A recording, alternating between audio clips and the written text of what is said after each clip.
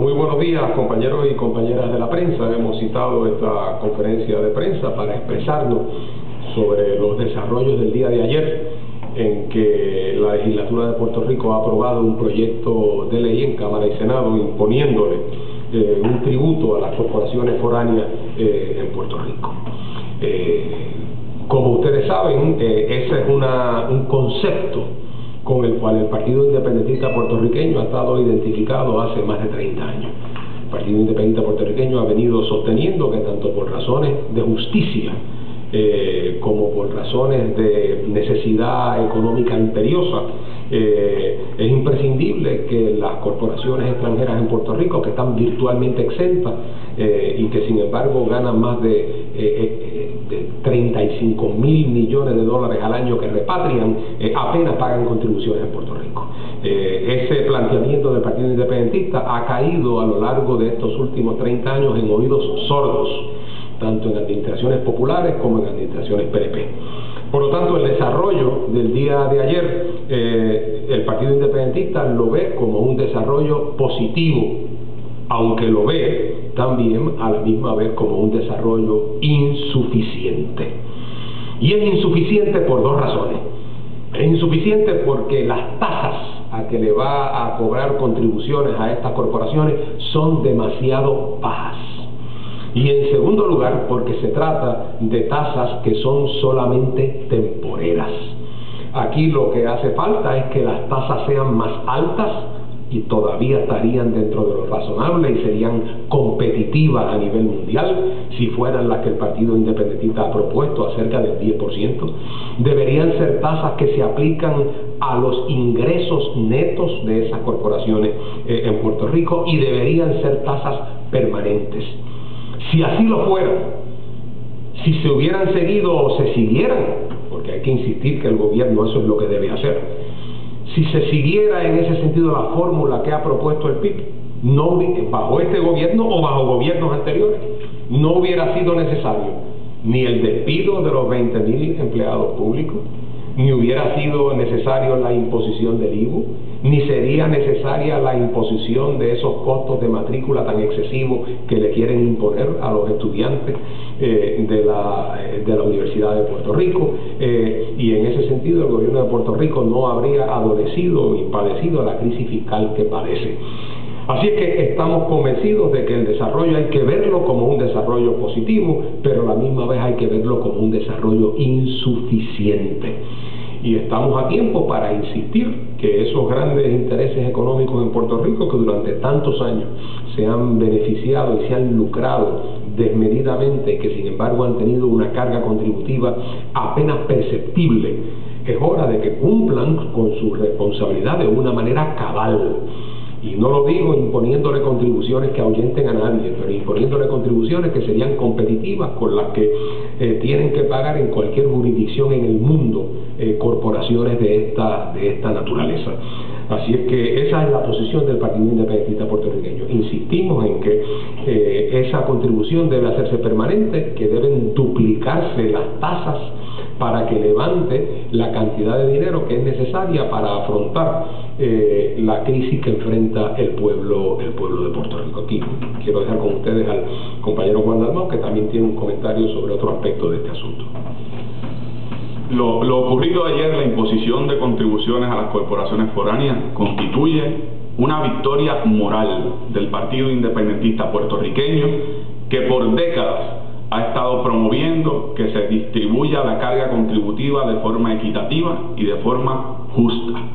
Es un paso en la dirección correcta, aunque un paso tímido, como acaba de describir el licenciado Fernando Martín, porque no adopta plenamente lo que ha sido la propuesta del PIB, que permitiría ingresar cerca de 3.000 millones de dólares al año y que sería una imposición permanente.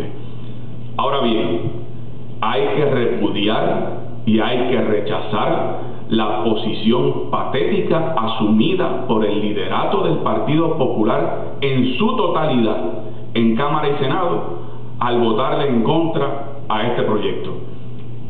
Su posición lo único que demuestra es que el liderato del Partido Popular es consistente en dos cosas: en su defensa férrea al colonialismo y en su defensa férrea a los grandes intereses económicos que para el liderato popular no se pueden tocar ni con una vara larga. Creo que el pueblo de Puerto Rico tiene que repudiar esta posición que coloca el liderato popular a la derecha de la derecha. Están más a la derecha que Luis Fortuño, y eso es mucho decir. Un gobernador que sabemos que responde a intereses económicos privilegiados, y el Partido Popular ahora se convierte en el paladín de esos grandes intereses económicos cuando el gobierno da aunque sea un paso tímido para imponerle contribuciones. Así que eso merece el repudio del pueblo de Puerto Rico y desenmascara los intereses que están detrás del Partido Popular. De nuevo, la defensa del colonialismo y la defensa a los privilegios, a los grandes intereses económicos. Como el Partido Popular dice que esto es de tocada final 936 y que el gobernador o el gobierno está hablando de que incluye todas las corporaciones, pero que en realidad no está incluyendo todas las corporaciones. Bueno, basta con leer el texto para saber que incluye aquellas corporaciones que tienen venta fuera de Puerto Rico en exceso de 75 millones de dólares. Así que se trata de eso. El argumento de los populares, francamente, como uso la palabra de Juan, es un argumento patético. Eso es como cuando los populares históricamente se oponían a que se aplicara el salario mínimo federal en Puerto Rico. Federal o el que fuera, se oponían al salario mínimo bajo la teoría de que eso iba a desincentivar el crecimiento económico. Este es el argumento que está en bancarrota y en descrédito. Estamos hablando de un sector corporativo en Puerto Rico que el año pasado repatrió ganancias por más de 35 mil millones de dólares y cuya contribución efectiva en Puerto Rico en muchos casos es el 2% o el 3%, en un momento donde el país está con el agua al cuello y la marea subiendo, donde se están despidiendo maestros, donde a los estudiantes se le quieren imponer cuotas de 800 dólares al año, estudiantes que no pueden pagarlo, donde hay un déficit presupuestario brutal, donde no hay con qué proveerle servicios a los más necesitados, y que cuando se le va a imponer una contribución que es livianita, porque repito, lo que ha hecho el gobierno de Puerto Rico es totalmente insuficiente, es un primer paso tímido y además para colmo de cuento temporero, y aún a eso el Partido Popular sale oponiéndose diciendo que eso va a espantar el capital en Puerto Rico. Eso es una teoría desacreditada y lo que muestra es que todavía el Partido Popular sigue siendo el paladín del privilegio económico en Puerto Rico. Parece mentira a la derecha del mismo Luis Fortuño, que como señalaba el compañero Dalmau, ya eso en términos económicos es mucho decir. ¿Y cómo ustedes refutan la posición de que esta medida podría llegar a ser una ley 7 para la empresa privada? Bueno, que eso es una consigna retórica, porque bajo esa teoría entonces vamos a quitarle toda la contribución, que no paguen nada. Pero en términos de competitividad a nivel mundial, ¿dónde nos coloca esta medida? Bueno, pues no hay ningún país en el mundo donde el beneficio contributivo a la corporación norteamericana sea como el de Puerto Rico.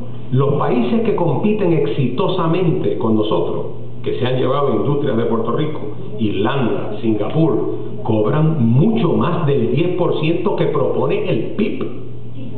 O sea que el problema aquí es si la imposición contributiva es una imposición razonable y un 10% sobre ganancia neta es más que razonable a nivel mundial. Lo que pasa es que las corporaciones siempre dicen: si me suben un chavito me voy. Argumento que sabemos que está desacreditado y que es falso. Así es que esto de venir a decir ahora que si se le impone un centavo más de contribuciones a las corporaciones exentas, eso quiere decir el final de la sociedad occidental y que Puerto Rico se hunde en el mar Caribe, uno pensaría que ese tipo de argumentos ya ninguna persona seria le hace caso. Pero vemos que ese es el argumento que esbozan, claro, las compañías, naturalmente. Las mismas que cuando se habla de subir el salario mínimo siempre dicen que no van a poder. Sin embargo, el Partido Popular señala de que esta medida va a traer problemas legales, tiene una consecuencia legal. Bueno, no hay medida que no traiga litigio y esta es posible que lo traiga. Pero aquí la pregunta que hay que hacer es la siguiente. En Puerto Rico, ¿hace falta redistribuir la carga contributiva? ¿O es o no cierto que Puerto Rico es de los países del mundo donde el sector medio y trabajador carga con una proporción más alta del peso contributivo y el sector corporativo extranjero carga con la parte más liviana? Si eso es cierto, y es indisputablemente cierto en Puerto Rico, cualquier paso sensato de equilibrar o de redistribuir la carga contributiva tiene que suponer, por un lado, aliviarle la carga a los sectores medios y trabajadores, y tiene que suponer también aumentarle la carga a aquellos que han venido pagando una miseria y una minucia a lo largo de los años, que son las corporaciones exentas. Solo para añadir al argumento, recuerden que las corporaciones estadounidenses están ubicadas en Puerto Rico. Al tributar aquí, reciben un crédito contributivo en los Estados Unidos en la repatriación de sus ganancias. O sea, en ese sentido, la pregunta es ¿dónde tributan? ¿Tributan en Estados Unidos o tributan aquí? Pero el Partido Popular y el Cooperativo dijo que eso no es cierto. Bueno, pues, desgraciadamente No recibe ningún crédito. está absolutamente equivocado. Cualquier contribución que una corporación norteamericana de las llamadas Control Foreign Corporations pague fuera de Estados Unidos, en Francia o en Puerto Rico, la deduce para evitar la doble tributación en su planilla federal. Eso es así ahora y ha sido así siempre.